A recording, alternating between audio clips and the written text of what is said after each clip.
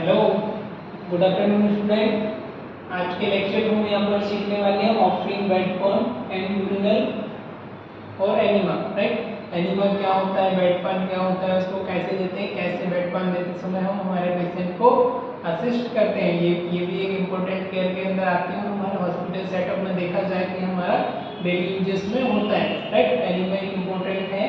इसके टाइप क्या है, इसका क्लासिफिकेशन क्या है, इसमें कौन कौन से इंग्रेडिएंट होते हैं, कौन कौन से कंटेंट से मिलकर के ये बना हुआ होता है। और जब हम ड्यूरिंग बेड पॉन देते हैं तो कैसे हमको पेशेंट को हमारे असिस्ट करना है, क्या क्या चीज़ें हमको उसमें ध्यान में रखना है। राइट, तो इम्पोर्टेंट टॉपिक होने वाला है आज का एनिमा की। यदि बात की जाए तो हमारा लेक्सिटिव होता है, कुछ न्यूट्रिएंट एनिमा होते हैं, कुछ इवैक्यूएट एनिमा होता है ना। तो दो टाइप के यहाँ पर एनिमा होते हैं। बाकी तो एक रिटर्न एनिमा होता है, इसको ब्रॉडली दो पार्ट में कैटेगराइज किया है, दो पार्ट में इसको डिवाइड किया है। राइट, एक इवैक्यूएट एनिमा और एक रिटर्न एनिमा। फिर उसके अंदर भी सब डिवीजन है, सब क्लासिफिकेशन है।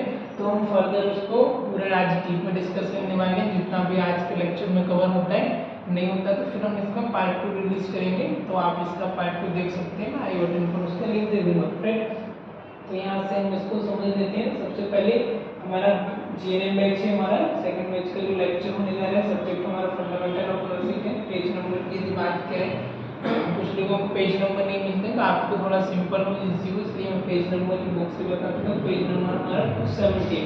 राइट, तो सबसे पहले हम देख लेते हैं first of all assisting in providing bed pan. Bed pan क्या होता है, जो हम फीमेल पेशेंट होती है उनको बेसिकली क्या यूरिन पास करने के लिए, जो पेशेंट हमारी बेड रिडन है, जो फ्लैट लेटी हुई है, ऑन बेड है ना, वल्नरेबल पेशेंट, उन पेशेंट को हम क्या करते हैं, यूरिन पास करने के लिए और स्टूल पास करने के लिए। इसके लिए फर्स्ट यूरिन देन स्टूल, दोनों पास करने के लिए हम उनको क्या करते हैं, एक प्रोवाइड करते हैं, पान प्रोवाइड करते हैं। आर्टिकल्स होता है जो कि हमारा मेटल का बना हो सकता है या प्लास्टिक का, किसका, मेटल का या प्लास्टिक का। राइट, और जो हमारा मेल होता है, मेल में किसके लिए हम इसको यूज कर सकते हैं, डेफिकेशन के लिए, उसको संडास करने के लिए।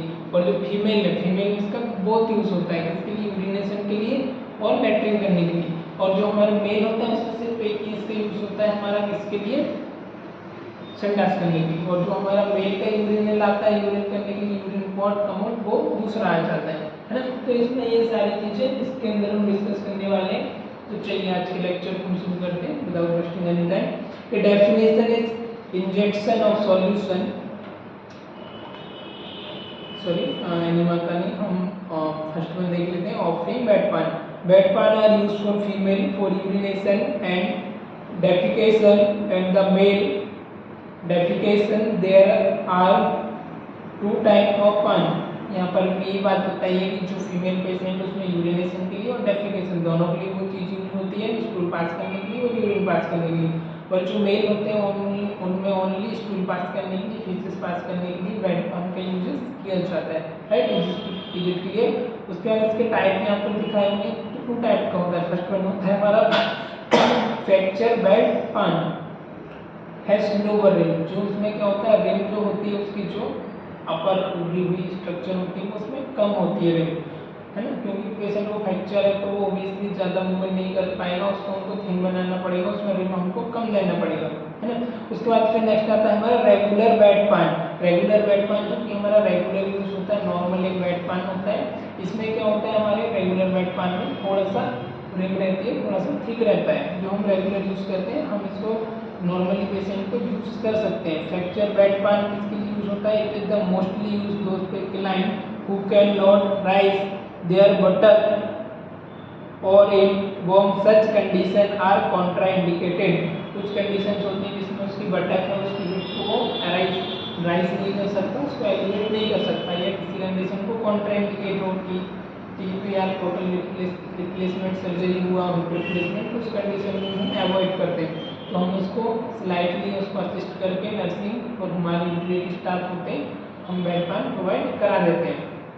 तो ये सारी चीज़ें इसके अंदर आती हैं। जनरली तो आप छोटे सेटअप में वर्क करते हो तो आपको जो यूटिलिटी स्टाफ है वो ये सारी चीज़ें देख लेते हैं। पर यदि आप कॉर्पोरेट में कर रहे हो तो आपका भी रिस्पॉन्सिबिलिटी होती है, आपका भी एक हक होता है जिसका कि आपको वो चीज़ें देखना चाहिए कि भाई किस तरीके से कर रहे हो आप, यूटिलिटी स्टाफ पर उसको नहीं छोड़ सकते। राइट, तो उसके बारे में हम आज के लेक्चर में समझने वाले हैं। चलिए आ जाते हैं हमारा बेड पान are made up of plastic और मेटल, मेटल का और प्लास्टिक का बना हुआ होता है। The smaller flatter fracture pan is easier to slide under a patient who is immobilised by fracture और can not be turn. Fracture में जो फ्लैटर होता है, फ्लैट बेड पान होता है, ईजी होता है हमको, इसके लिए हम पेशेंट को ईजी हम उसको थोड़ा सा अप करके और नॉर्मली उसके बटक के नीचे हम उसको इंसर्ट कर सकते हैं, स्लाइटली हम उसको इंसर्ट कर सकते हैं, राइट। पेशेंट को हमको ज़्यादा मूव करने की आवश्यकता नहीं होती, पेशेंट हमारा इमोबिलाइज रहेगा क्योंकि उसको फ्रैक्चर हुआ तो वो बेसिकली मूव भी नहीं कर सकता है, तो इस कंडीशन में हम उसको प्रोवाइड कर सकते हैं।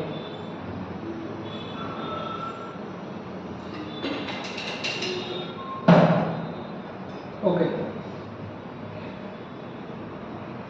It is also comfortable for individual who must remain flat. उस पर्सन, उस इंडिविजुअल, उस पेशेंट के लिए भी ये कंफर्टेबल है जो फ्लैट रहता है, फ्लैट उसको अगर कोई फ्रैक्चर हुआ हो, पैरालाइज का पेशेंट हो, सीबीए का पेशेंट हो, जो एकदम फ्लैट लेटा रहता हो, उसके लिए भी ये कंफर्टेबल होता है, बेस्ट होता है। उसमें आ जाता है इट इज ऑल्सो कंफर्टेबल हो गया।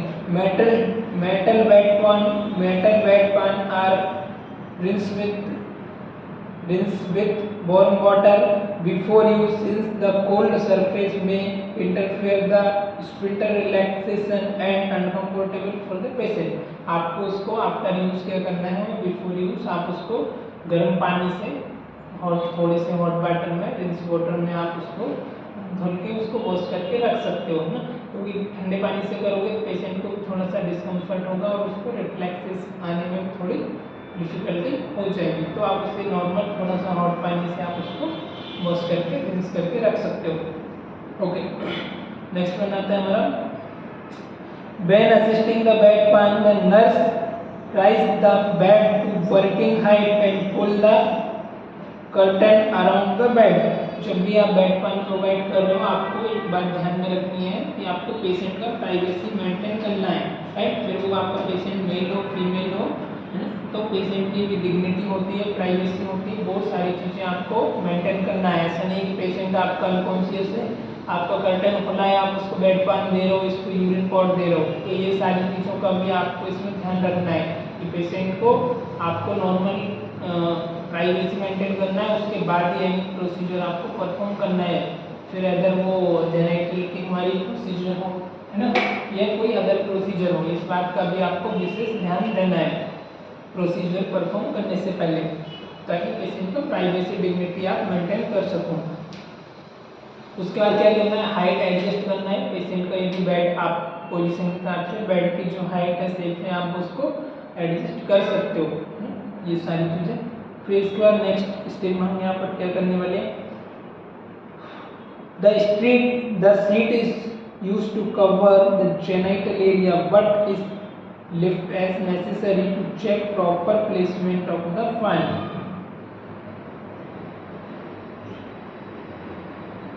जो भी हमारा बेड पान आता है, जो भी सीट आता है, उसको हम क्यों यूज़ करते हैं, हमारे बेड पान को प्रॉपर तरीके से वो कवर कर सके, राइट। और हम उसकी बटक की जो लेयर है, बटक की जहाँ पर हमारा एनस पास आउट हो रहा है, तो उसको हमको एक बार चेक करना है प्रॉपर तरीके से सही जगह पर ये प्लेस हुई है या नहीं हुई है ना। तो वो चीज़ें एक बार आपको एंश्योर कर लेना है, श्योर कर लेना है कि प्रॉपर तरीके से प्लेस हुई है या नहीं हुई है। Okay,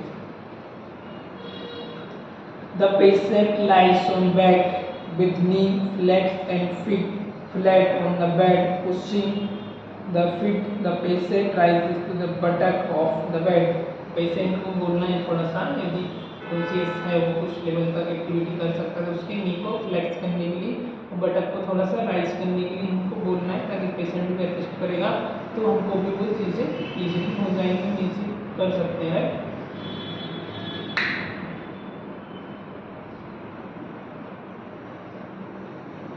At the same time, the nurse places one arm under lower back to assist the rising buttock and with the opposite hand slide the bed pan under the। एक हाथ से आपको क्या करना है, पेशेंट के बैक में आपकी ब्रेस्ट, उसकी कमर के साइड आपको हाथ इंसर्ट करना है, उसको उठाना है ना, और दूसरी साइड आपका दूसरा पर्सन रह सकता है असिस्ट कराने के लिए, पेशेंट इटसेल्फ कर सकता है, और आपको स्लाइडली एक साइड से उठाना है, ये उठाया आपने और आप उसको बेड पर इंसर्ट कर देना है, राइट। या पेशेंट को आप लेटरल पोजीशन दे सकते हो, लेटरल पोजीशन देने के बाद पेशेंट को बोलोगे फिर से आप नॉर्मल फ्लैट पोजीशन में आ जाओ। तो एक बार आपको इंश्योर कर लेना है कि आपने जो बेड पान लगाया उसकी एक्यूरेसी है नहीं, प्रॉपर तरीके से प्लेस हुआ है कि नहीं, ये सारी चीज़ें भी आपको वहाँ पर देख लेनी है।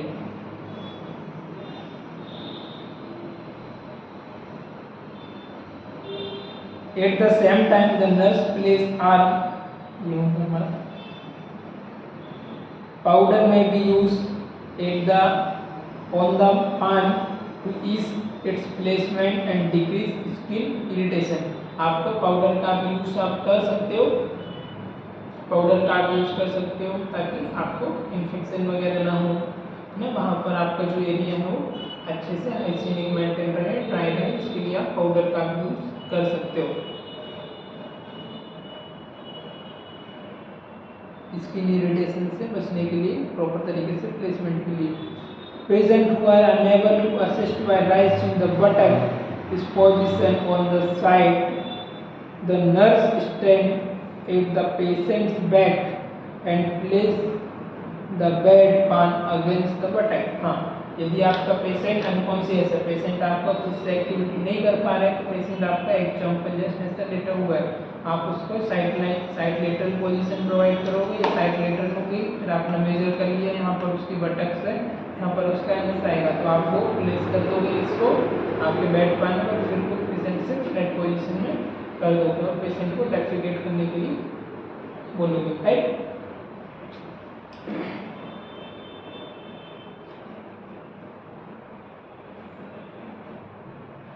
One of the nurse hand pressed to the top edge of the pan, pushing it down and toward the patient. जो आपका बेड पान है उसको आपको अपवर्ड की तरफ टूवर्ड पकड़ना है, जिधर उसका एंड पार्ट है, स्टार्टिंग पार्ट है, वहाँ पर पकड़ के और उसको इजीली पुश कर देना है पेशेंट की बटक्स के नीचे, right.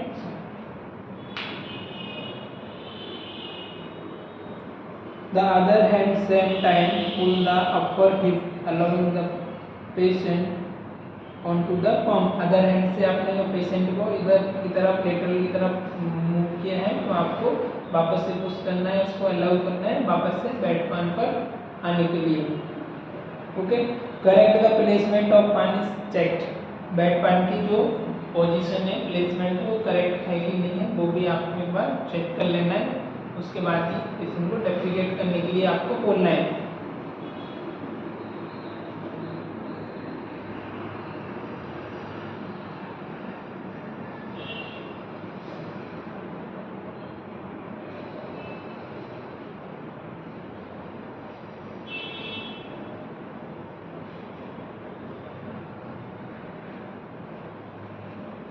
Flat and should be under the sacrum. Flat होना चाहिए उसकी पोजीशन, ना कि राइट साइड में हो, है ना, हॉरिजॉन्टल वर्टिकल नहीं होना चाहिए, एकदम फ्लैट पोजीशन में होना चाहिए। Should be side on the hip और बटक्स, बटक्स के जस्ट नीचे होना चाहिए, वो भी आपको एक बार कंफर्म कर लेना है, मेक श्योर कर लेना है कि प्रॉपर जगह पर है नहीं है।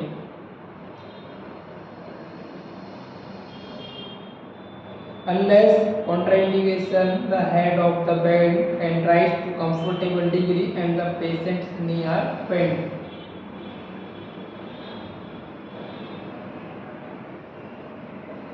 A patient should not be left on the bed pan more than 30 minutes at a time. आपको एक बार में पेशेंट का जो बेड पान है उसको 30 मिनट से ज़्यादा नहीं रखना है सेम जगह पे, है ना, आपको 15-20 मिनट में वहाँ से रिमूव कर लेना है, मोर देन 30 मिनट। क्यों? क्योंकि वहाँ पर ब्लड का सर्कुलेशन में ऑब्स्ट्रक्शन हो सकता है, पेशेंट को इरिटेशन हो सकता है, डिस्कम्फर्ट हो सकता है। यदि पेशेंट को डेफिकेट नहीं हो रहा, मोशन नहीं आ रहा है, तो आपको रिमूव कर लेना है। बाद में जब पेशेंट का अर्जेंसी आ रही है, रिफ्लेक्स आ रहे हैं, तब वो प्रोवाइड कर सकते हो, राइट। इस बात का आपको ध्यान में रखना है। The pan is removed in the same manner it was placed. जिस तरीके से आपने पान को प्लेस किया था उसी तरीके से आपको सेम मैनर में उसको रिमूव करना है, ताकि आपको जो मटेरियल है वो बाहर आउट ना हो। To avoid spilling the pan, stabilize with the hand while the patient is lifted with the other. हाँ, पेशेंट को आप उठा रहे हो, आप लिफ्ट कर रहे हो, तो एक हाथ से आपको पेन को पकड़ना है, उसको होल्ड करके रखना है पान को, ताकि जो उसमें मटेरियल है, फीकल मटेरियल, स्टूल वो बाहर ना निकले।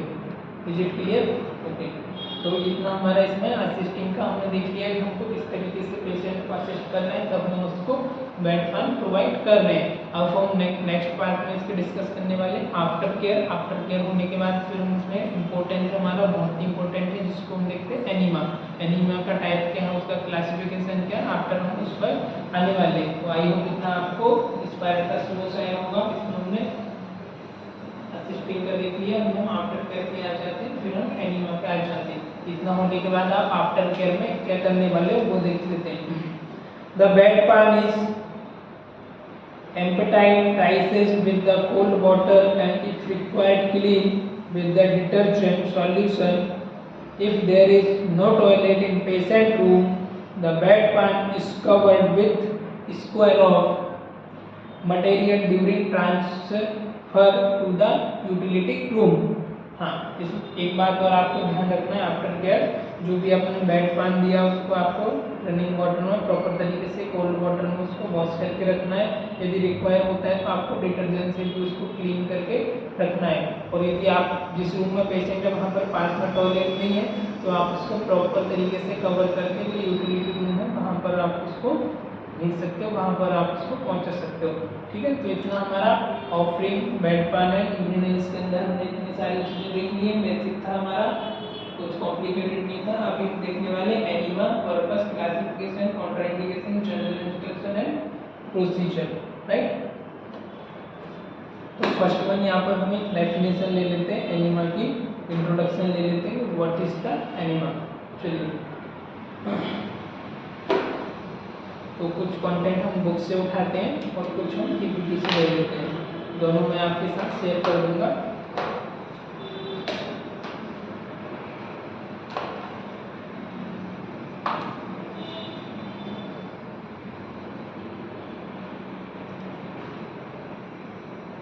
Just minute, where is it.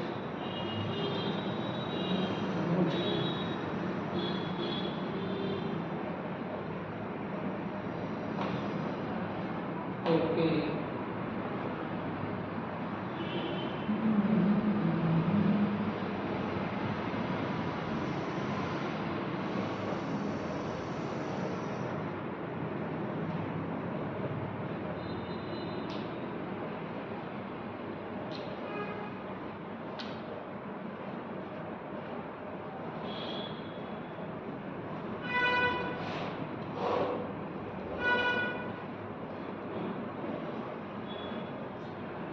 Enema का इंट्रोडक्शन ले लेते हैं। What is the enema, what do you mean by enema, enema क्या होता है, इसका हम डेफिनेशन समझ लेते हैं इस पार्ट्स में। फर्स्ट वन हमारा, an enema is the introduction of fluid into the lower bowel through the rectum और for the purpose of cleaning और to introduce medication for nourishment.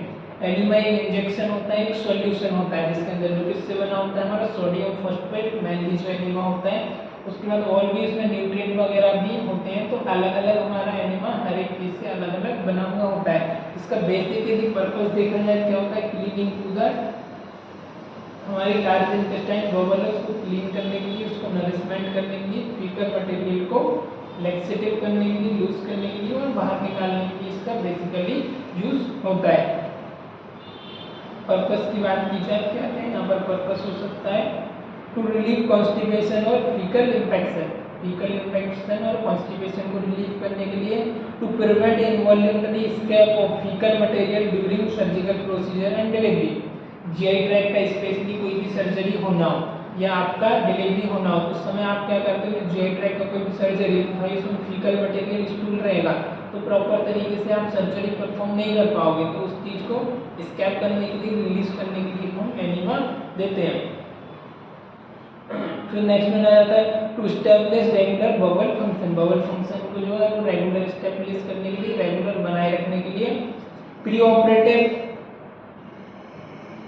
Preparation for the bubble surgery हो रही है, उसके लिए आपको pre operative में आपको एनिमा देना होता है ऑपरेशन से पहले।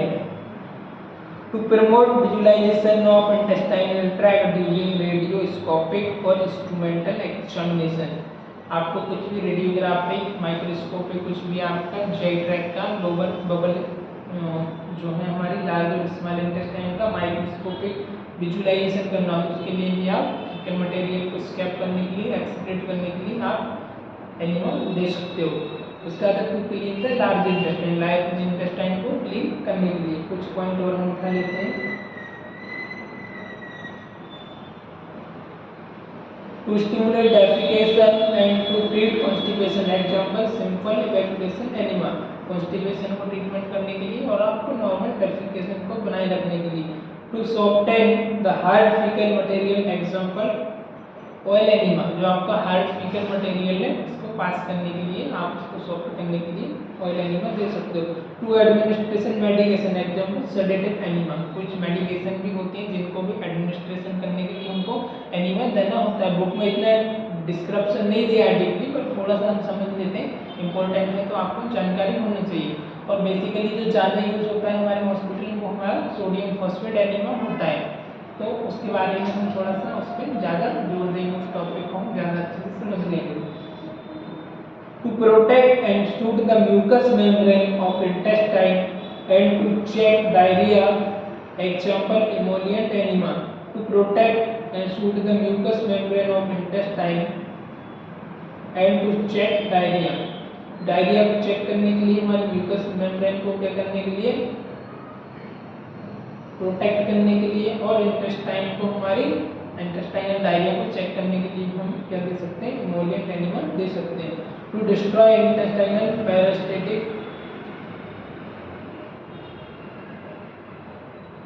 इंटेस्टाइन का आपका जो पैरासिटिक मूवमेंट हो प्रॉपर तरीके से नहीं हो रहा है, उसको भी आपको रिड्यूस करने के लिए आप एंटी एंथेल्मिक एनिमा दे सकते हो। To relieve the gaseous distension, example carminative enema, relief करने के लिए गैसेस वगैरह बन रही है उनके लिए भी आप एनिमा यूज कर सकते हो। अब हमारा मेन पार्ट आ जाता है इसका क्लासिफिकेशन, तो इसको ब्रॉड स्पेक्ट्रम में इसको किसने 2 पार्ट में क्लासिफाई किया है, इसको भी मैं रफ कर देता हूँ।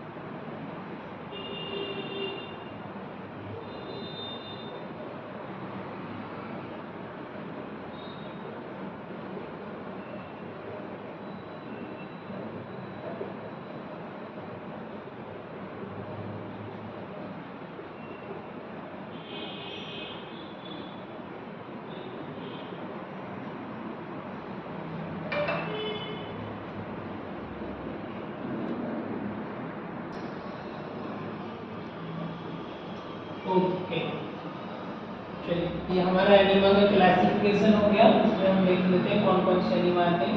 Classification of the enema, first इसको दो ब्रॉड स्पेक्ट्रम में डिवाइड किया है, ठीक है, मेनली इसको 2 पार्ट में डिवाइड किया है। फर्स्ट कौन सा हमारा इवैक्यूएंट एनिमा, देन हमारा रिटेंट एनिमा। तो अब इसका वर्ड का मीनिंग क्या होता है, what is the evacuant enema and what is the retention enema, इसके बारे में हम समझ लेते हैं कि भाई क्या होता है।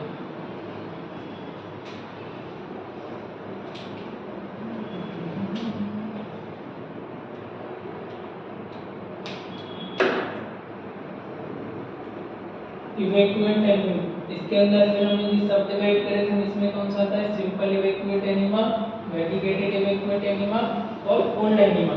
फिर मेडिकेटेड एनीमा के अंदर और इसमें सब डिवीजन दिया है, ऑयल एनीमा आता है, पर्गेटिव एनीमा आता है, एस्ट्रीजेंट एनीमा आता है ना, एम्फेगमेटिक एनीमा आता है और कार्बोनेटेड एनीमा आता है। तो यहाँ पर इसका और सब डिवीजन दिया है। फिर रिटेंट एनीमा के अंदर भी कुछ उसका डिवीजन है, इसमें आता है हमारे stimulant enema, nutrient enema, emollient enema, sedative enema और हमारा एनेस्थेटिक एनीमा, राइट। तो अब ये क्या होता है, आपको नया वर्ड आ रहा है, कंफ्यूजन हो रहा होगा सर, ये तो कुछ समझ ही नहीं आ रहा है क्या है इसके अंदर, है ना।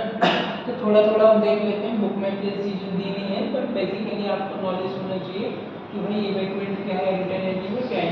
इवैक्यूएट एनीमा वो आते हैं जो हमारी स्टूल को इवैक्यूएट करने में, डेफिकेट करने में, एक्सक्रीट आउट करने में उसको हेल्प करता है। ये लैक्सेटिव होता है, सॉफ्टनर होता है ना, उसके साथ से वर्क करता है। फिर इसके अंदर हमारा सिंपल इवैक्यूएट एनीमा आता है, जो कि हमारा सॉल्ट से, सोडियम क्लोराइड से या हमारा डिटर्जेंट से मिलकर के बना हुआ होता है, जिसका पहले यूज होता था। आज से मान के चलते हैं 50 साल पहले, जब हमारी इतनी फैसिलिटी, मॉडर्न हमारा साइंस नहीं था, इतनी फैसिलिटी नहीं हुआ करती थी, तो हम टप में वाटर लेते थे, ट्यूब रहते थे और वो हमारी एनएस से डायरेक्ट हम उसको कनेक्ट कर देते थे। इसमें हमारा क्या होता था, हमारा सोडियम क्लोराइड होता था, नमक से हम उसको तैयार करते थे, या हमारे डिटर्जेंट पाउडर से हम उसको तैयार करते थे, उससे हम उसको रेडी करने का काम करते थे। तो बेसिकली ये देखा जाए तो पहले के समय में एंशिएंट पीरियड में हमारा सिंपल इवैक्यूएट एनीमा यूज होता था। फिर थोड़ा सा हमारा जो मॉडर्न साइंस आया, मॉडर्न मेडिकेशन, उसने क्या किया, मेडिकेटेड इवैक्यूएट एनीमा। उसके बाद फिर आता है हमारा कोल्ड एनीमा। तो हम इसको पूरा एक बार डिस्क्राइब कर लेते हैं। और हमारा न्यूट्रिएंट एनीमा अनदर साइड है। तो फर्स्ट हमारा इवैक्यूएट एनीमा, इसके अंदर क्या है, सिंपल इवैक्यूएट एनीमा। फर्स्ट वाला हमारा सिंपल का देख लेते हैं, इसका क्या पर्पस होता है, क्या होता है, to stimulate defecation and to treat constipation. ये किस लिए देते हैं हम, स्टिमुलेट करने के लिए हमारा डेफिकेशन को, और ट्रीटमेंट करने के लिए हमारे कॉन्स्टिपेशन को।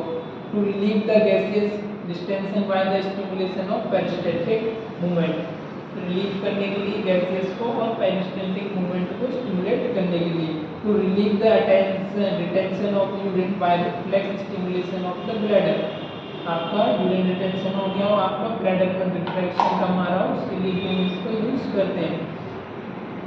To stimulate uterine contraction and to hasten the child work, uterine contraction के लिए आप इसको यूज कर सकते हो ड्यूरिंग द चाइल्ड वर्क।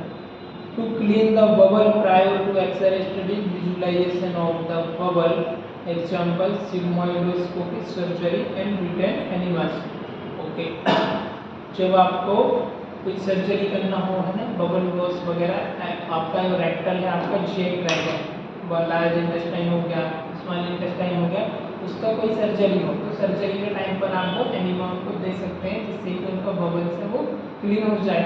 तो क्लीन हो जाएगा तो प्रॉपर तरीके से जो आपका दूरबीन है, जो आपका माइक्रोस्कोपिक सर्जरी है, आप विजिबल करना चाहते हैं, अल्सर तो नहीं है, इरिटेशन तो नहीं हो रहा, कुछ लीजन्स हाँ छोट मोट तो नहीं है अंदर, अल्सर तो नहीं, तो वो सारी चीज़ें उसमें फाइंड आउट हो जाती है। इसके लिए भी हम इसका यूज कर सकते हैं। फिर हमारा आता है सिंपल इवैक्यूएट एनीमा। इसी के अंदर देखते हैं हम सॉल्यूशन, इसमें कौन कौन सा यूज होता है, हमारा सोप एंड वाटर। क्या क्या होता है, soap and water, soap jelly 50 ml 1 litre of water. एक हमारे 1 लीटर में कितना 50 ml हम सोप जेली वाटर यूज करते हैं 1 लीटर ऑफ वाटर में। Normal saline sodium chloride 1 teaspoon of half litre of water, half litre में कितना हम 1 टीस्पून सोडियम क्लोराइड नमक का यूज करते हैं। उसके बाद वाटर पहले यूज होता था सिंपल वाला, कैसे बनता है, वाटर और टैप वाटर, एक टप लेते हैं, टप में हम क्या करते हैं वाटर लगा देते हैं, और वो एक थैली लाइक स्ट्रक्चर होती है और ऐसे ट्यूब होता है हमारा, तो उससे हम एनएस में उसको डायरेक्ट इंसर्ट कर देते थे पहले। ऐसा हमारा नॉर्मल, इसको हम होममेड एनीमा कह सकते हैं, हम इसको घर पे ही एनीमा बना सकते थे, पेशेंट को दे देते थे। पहले इतना मॉडर्न साइंस नहीं था, तो आपको रेडीमेड नहीं आता था, right. Amount of the solution to be use, कितना अमाउंट हम इसमें यूज करते थे, एडल्ट के लिए 500 टू 1000 ml, 500 से 1000 ml करते थे 1 to 2 पिंट। कितने में हमारा एडल्ट के लिए 1000 से 5 500 से 1000 ml, चिल्ड्रन के लिए 250 टू 500 ml, इन्फेंट के लिए 250 और लेस देन 250। टेम्परेचर इसका देखा जाए तो नॉर्मल टेम्परेचर रहता है हमारा डिग्री फ़ारेनहाइट में, नॉर्मल से थोड़ा सा ज़्यादा। चिल्ड्रन के लिए 100 करते थे और 105 से 110 हमारे एडल्ट के लिए करते थे। चिल्ड्रन के लिए थोड़ा सा कम करना होता है, स्किन थोड़ी सेंसिटिव होती है। नेक्स्ट आता है हमारा ऑयल एनिमा। अब हम देख लेते हैं मेडिकेटेड एनिमा के अंदर oil animal. These are given to soften fecal matter in case of severe constipation. जब हमारे severe constipation हो जाता है तो क्या होता है हमारा fecal matter हार्ड हो जाता है, हमने पहले के लेक्चर में समझा है। तो उस कंडीशन में हम ये वाला एनिमल दे सकते हैं। Before the first bowel movement after operation on the rectum or perineum to avoid straining and injury to the suture and bone.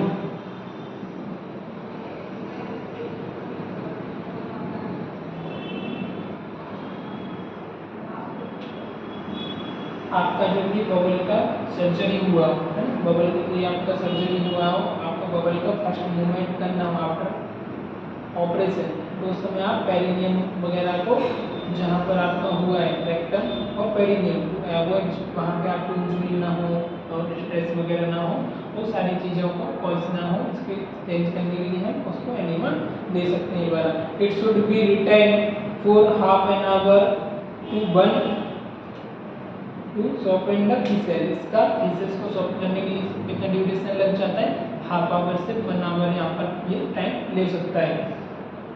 It should B ये हो गया हमारा it should then we follow by the soap and water enema to open the bowel. किससे बनता है हमारा, soap and water से हम इसको बना सकते हैं।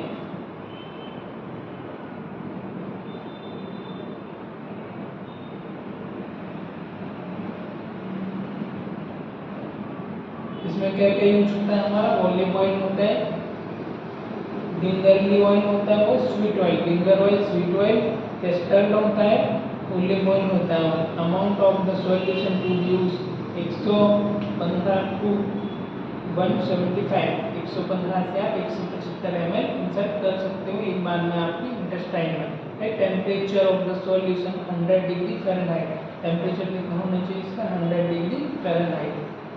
परगेटिव एनिमा ओके इंपॉर्टेंट नहीं है, ऑयल एनिमा हो गया। नेक्स्ट हम चलते हैं परगेटिव एनिमा की तरफ। These are given to cause the bowel to contract actively and to evacuate its content.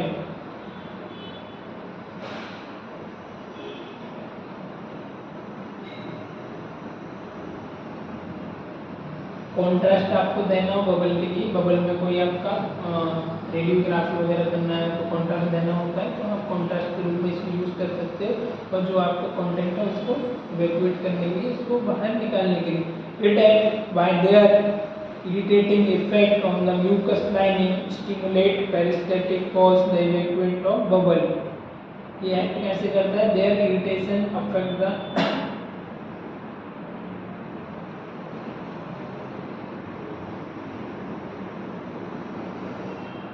पेरिस्टेटिक जो मूवमेंट होता है उस पर जाकर के अफेक्ट करता है हमारी जो म्यूकस मेम्ब्रेन है, म्यूकस मेम्ब्रेन की लाइनिंग है, और जो पेरिस्टेटिक मूवमेंट उसको इंक्रीज करता है। इसकी वजह से क्या होता है हमारा जो स्टूल है वो पास हो जाता है, स्टूल हमारा बाहर निकल जाता है। राइट, इस कंडीशन में हम इसको यूज कर सकते हैं। उसके बाद आता है हमारा the stretching of the intestine due to the inflow of the fluid causes the intestine to contract lead to the evacuation of bowel.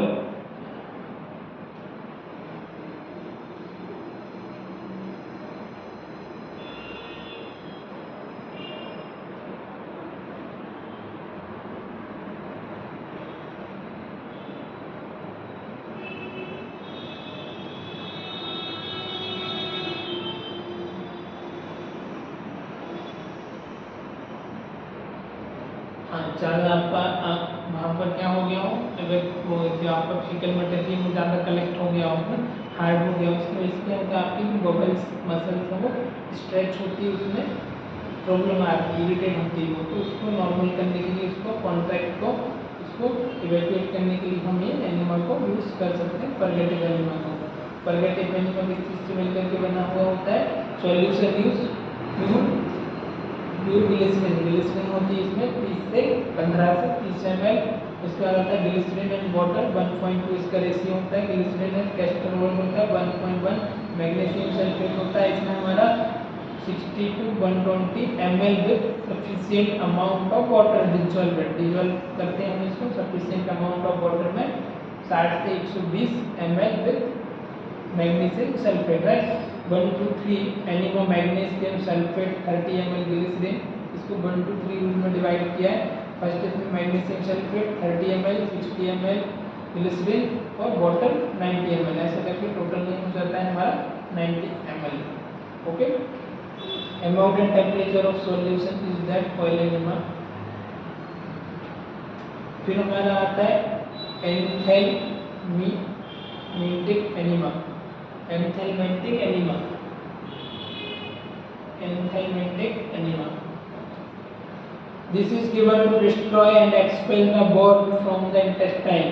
Before the treatment is given, the bowel should be cleaned by the soap water enema so that the drug may come in direct contact with the worm, the lining of the intestine. The treatment is given until the worm are destroyed. अब क्या होता है हमारा जो faecal material होता है उसमें bacteria virus worm होते हैं। कौन से?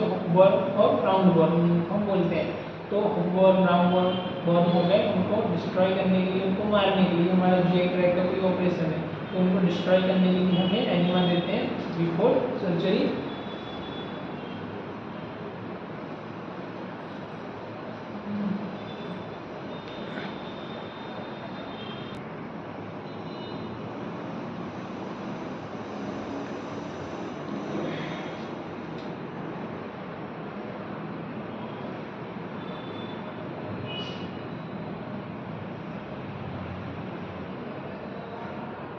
ओके, तो एंथेलमेंटिक एनिमा जो है उसमें कौन सा सॉल्यूशन यूज होता है उसके बारे में देख लेते हैं। इन्फ्यूजन ऑफ फ्यूसिया, इन्फ्यूजन किस पे करते हैं? फ्यूसियन 15 gram of chips of 600 ml of the bottle. कितना? 15 ग्राम हम इसमें उसको ऐड करते हैं, कितना हमारा 600 ml ऑफ बॉटल में। हाइपरटोनिक सलाइन सॉल्यूशन, जो आपका हाइपरटोनिक सलाइन है सोडियम क्लोराइड, उसका 60 ml, कितना? 600 ml। Amount of the solution 250 ml right. इस तरीके से आप इसको प्रिपेयर कर सकते हो। फिर नेक्स्ट आता है हमारे यहाँ पर carbonated enema. Okay,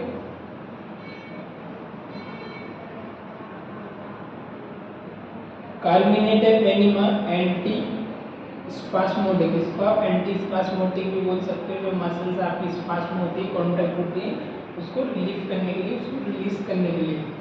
These are given to relieve gaseous distension of the abdomen by causing peristalsis and expulsion of flatus and feces। इसलिए दिया जाता है this are given to relieve, gas को रिलीव करने के लिए, डाइजेशन को प्रॉपर करने के लिए, है ना। डिस्टेंशन, इसके लिए हमारा एब्डोमिनल डिस्टेंशन हो गया, क्यों? गैस की वजह से आपका पेरिस्टेटिक मूवमेंट वगैरह कम हो रहा है, तो पेरिस्टेटिक मूवमेंट आपका नॉर्मली तरीके से बना रहे। और expulsion of flats and faeces को और गैस को रिमूव करने के लिए ये बेसिकली दिया जाता है right. It is given as simple evacuate enema, ये सिंपल एक इवैक्यूएट एनिमा के रूप में भी हम इसको दे सकते हैं। सॉल्यूशन होता है इसमें टर्पेंटाइन, कितना होता है? 18 to 60 ml of turpentine mix thoroughly with 600 to 1200 ml of soap solution. Soap का जो सॉल्यूशन आता है डिटर्जेंट सोप का, उसको आप कितना 1200 ml में आप इसको thoroughly 600 ml to 1200 ml of 8 से 16 टर्पेंटाइन मिक्स आप कर सकते हो, turpentine right. Milk and molasses, granular sugar जो एक आती है हमारी, इसको हम मिल्क एंड मोलेसिस बोलते हैं, उसको आप कितना 90 to 200 ml of molasses well mix with equal quantity of boiled water. Same आपने जितना ml वो लिया है हमारा कितना 230 या 230 लिया है मोलेसेस। उसको आपको सेम क्वांटिटी ऑफ बटर लेना है, उतनी ml आपको बटर लेना है और उसको वेल प्रिपेयर कर लेना है, अच्छी तरीके से आपको मिक्स कर लेना है। तो ऐसे करके आप इसको प्रिपेयर कर सकते हो। अब इसके बाद हम देख लेते हैं astringent enema. It contract the tissue and blood vessel chain, bleeding and inflammation, lesions, amount of mucus discharge, give a temporary relief in the inflamed area। बहुत अच्छा एनिमा है ये। क्यों दिया जाता है? हमारी ब्लड वेसल्स वगैरह को, ब्लीडिंग वगैरह को चेक करने के लिए, इन्फ्लेमेशन को चेक करने के लिए, कोई लीजन्स वगैरह तो नहीं है, म्यूकस डिस्चार्ज वगैरह हो रहा है उसके लिए, और temporary relief in inflammation area, जहाँ पर आपकी इन्फ्लेमेशन हुई है, स्वेलिंग हुई है, इन्फेक्शन हुआ, उसको टेम्परेरी रिलीफ करने के लिए आप एस्ट्रिजेंट एनिमा दे सकते हो। It is usually given in colitis and dysentery. आपको डिसेंट्री हुआ है, कोलाइटिस हुआ, इन्फ्लेमेशन हुआ आपकी लार्ज कोलन, डिसेंट्री आपके छोटे छोटे वायरस हो जाते हैं, है ना। तो उस कंडीशन में आप इसको दे सकते हो bacteria. They are usually given in the form of rectal और कॉलोनिक इरिगेशन। आप इसको रेक्टल और कॉलोनिक इरिगेशन के लिए भी दे सकते हो, वॉश करने के लिए। The solution is allowed to run in slowly in rectum quickly to avoid distension pain and irritation of the inflate wall, inflate valve.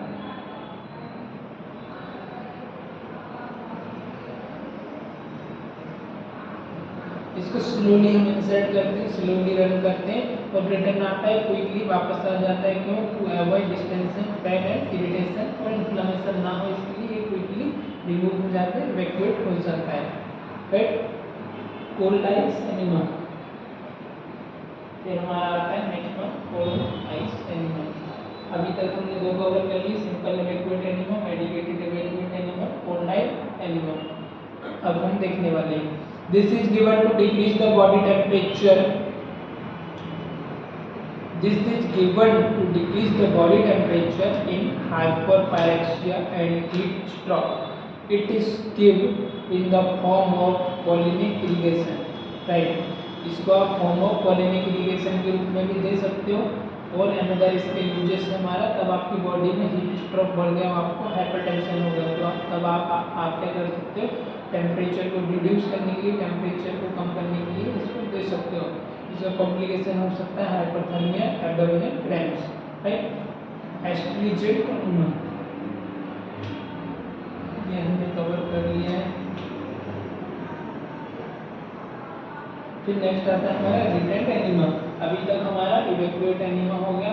Evacuate मतलब एक्सपीलेट आउट करना, इसको बाहर निकालना, इसका काम होता है स्टूल को सॉफ्ट करना, उसको हमारे लार्ज इंटेस्टाइन से बाहर निकालना, उसको इवैक्यूएट एक्सक्रीट आउट करना, ये बेसिकली इसका पर्पस होता है।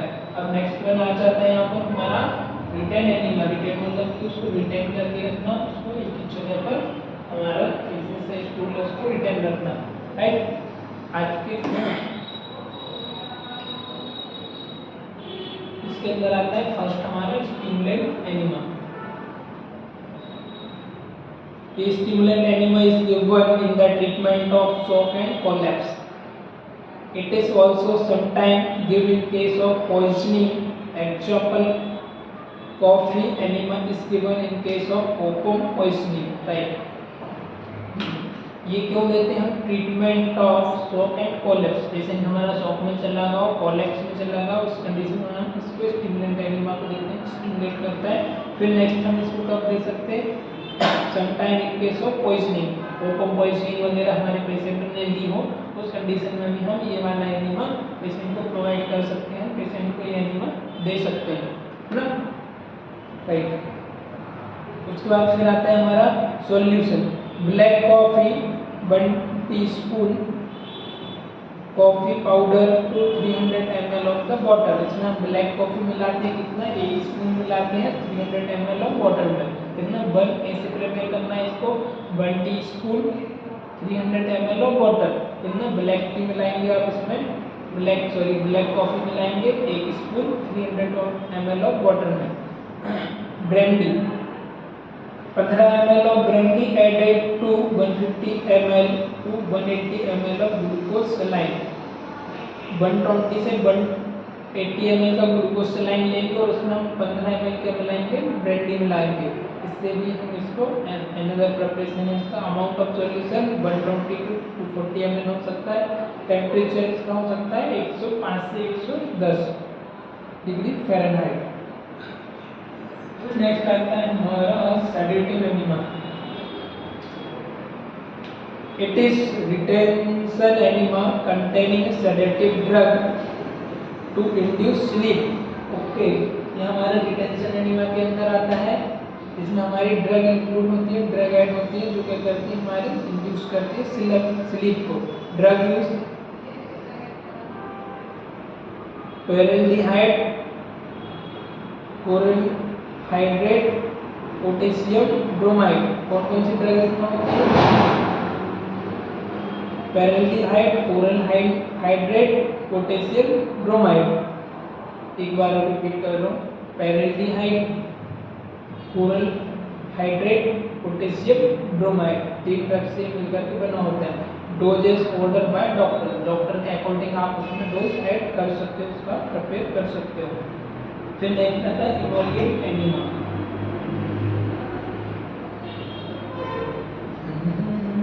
This is an introduction of blend solution into the rectum for the purpose of checking diarrhea or shooting and relieving irritation or an inflamed mucous membrane.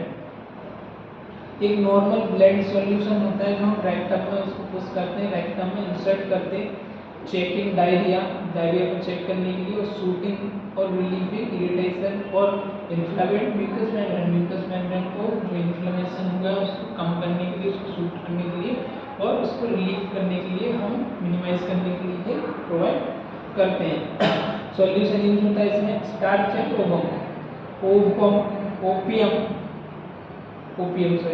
opium 1 to 2 ml is added to 120 to 180 ml of starch, mucilage और rice water आता है हमारा।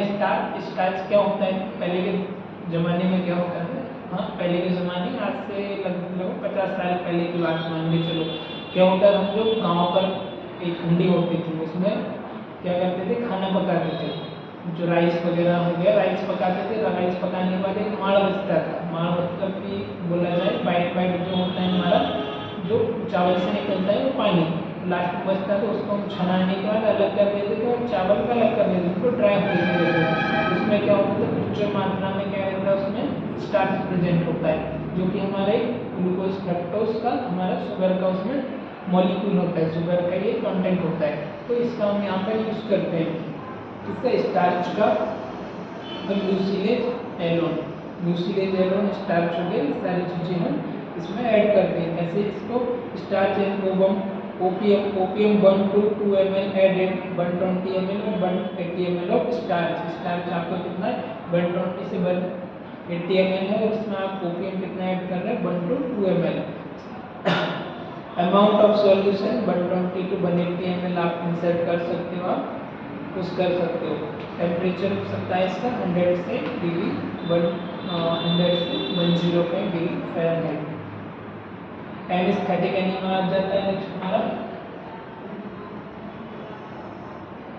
It is retention enema containing an anaesthetic drug produce anaesthesia like drug use Avertin 150 to 300 mg per kg body weight. एक anaesthetic agent होता है, anaesthetic enema होता है, right. और रिटेन एनीमा के अंदर ये आता है, इसमें हम ड्रग यूज करते हैं एवर्टिन 150 to 300 mg per kg body wait. पर केजी बॉडी वेट हिसाब से आप इसमें 150 to 300 आप इसको प्रोवाइड कर सकते हो, पेशेंट को दे सकते हो as per physician order. Next आ जाता है हमारा न्यूक्लियस एनीमा, लास्ट है हमारा। It is a retention enema to supply food and fluid to the body. Selection of the fluid depend upon the ability of the colon to absorb it. Nutrient enema is particularly useful in conditions like hemophilia, which make IV infusion difficult or undesirable. Okay, it is the retention of, ये हमारा retention enema के अंदर आता है। इसके लिए इसका purpose होता है सप्लाई करने का fluid and nutrient, fluid and nutrient इसको बॉडी को सप्लाई करने का इसका काम होता है। Selection of the fluid depend upon the ability of the colon absorb, कितना आप इसमें फ्लूइड सेलेक्ट कर सकते हो ये डिपेंड करता है आपकी कोलन की कैपेसिटी, एबिलिटी कितनी है उसको एब्जॉर्ब करने की, इसके हिसाब से आप उसको सेलेक्ट कर सकते हो। Is it clear? Nutrient enema is particularly useful in condition, किस कंडीशन में यूजफुल हो सकता है? हीमोफिलिया हो गया, which make IV infusion difficult और अनडिसाइडेबल, इस कंडीशन में हम आईवी इन्फ्यूजन नहीं दे सकते, अनडिसाइडेबल होता है ना, तो उस कंडीशन में हम इसको यूज कर सकते हैं। न्यूट्रिएंट क्या होता है इसमें? नॉर्मल सलाइन होता है, ग्लूकोज होता है और पेंटोनाइज मिल्क होता है 120 ml, अमाउंट ऑफ सॉल्यूशन आप 11 से 1700 ml दे सकते हो इन 24 आवर में, और आप 180 to 270 ml 4 आवरली इंटरवल में आप पुश कर सकते हो, आप दे सकते हो। 100 डिग्री फ़ारेनहाइट इसका टेम्परेचर आप रख सकते हो, डिग्री सेल्सियस में 37 सेल्सियस। अब बात कर लेते हैं प्रोसीजर की।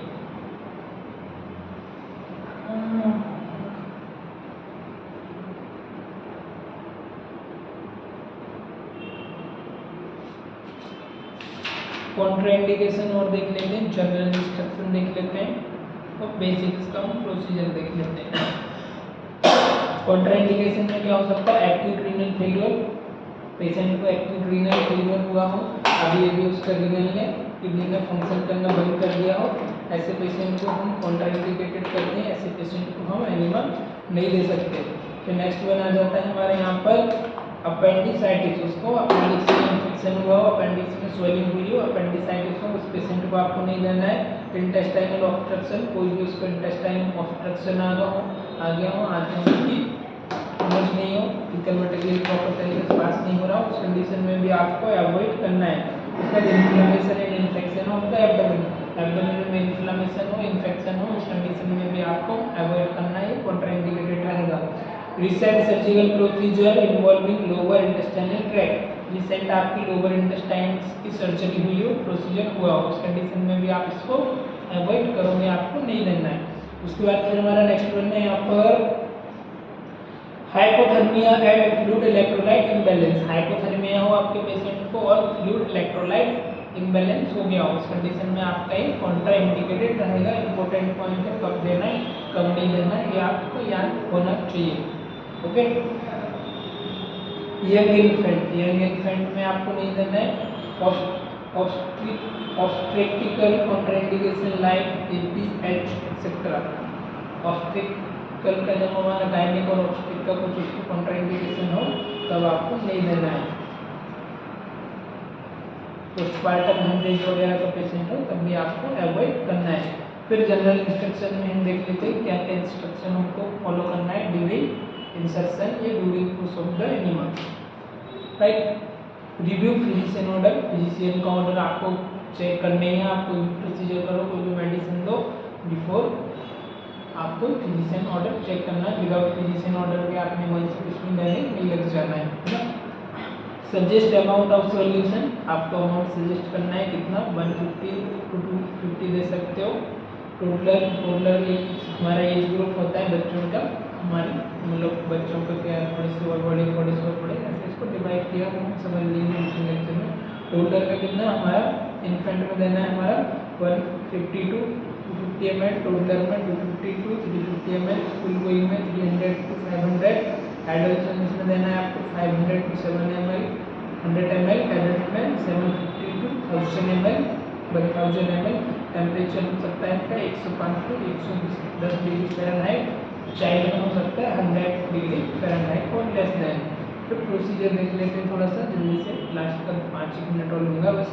Check diagnosis, date and time of surgery, diagnosis check करना है, date and time of surgery आपको चेक करना है, कब इसकी सर्जरी हुई है, डेट और टाइम उसका क्या है, पेशेंट को डायग्नोसिस क्या है।